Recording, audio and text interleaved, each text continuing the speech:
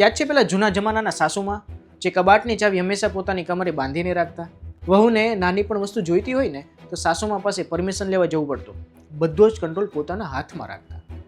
આજે ઘણા બિઝનેસમેનો પણ પોતાના બિઝનેસમાં પણ એક સાસુમાં જેવું જ કરે છે. ઓફિસની નાની પિનથી લઈને મોટા પેમેન્ટ સુધી બધું જ પોતાના હાથમાં રાખે છે. અને એટલે જ ગ્રોથ જે લેવલે થવો જોઈએ ને એ નથી થતો. જો તમે પણ એવું માનો છો કે મારું કામ મારાથી સારું કોઈ જ નહીં કરી શકે તો તમે ક્યારેય ગ્રો જ નહીં કરી શકો.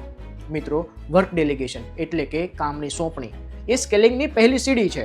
તમે બિઝનેસમાં મજૂરી કરવા નહીં પણ ડિસિઝન લેવા માટે છો. નાના કામમાં અટવાવાને બદલે તમારા સમયનો ઉપયોગ એક વિઝન માટે કરો. સ્ટાફને પ્રોપર ટ્રેનિંગ અને ટ્રસ્ટ આપો.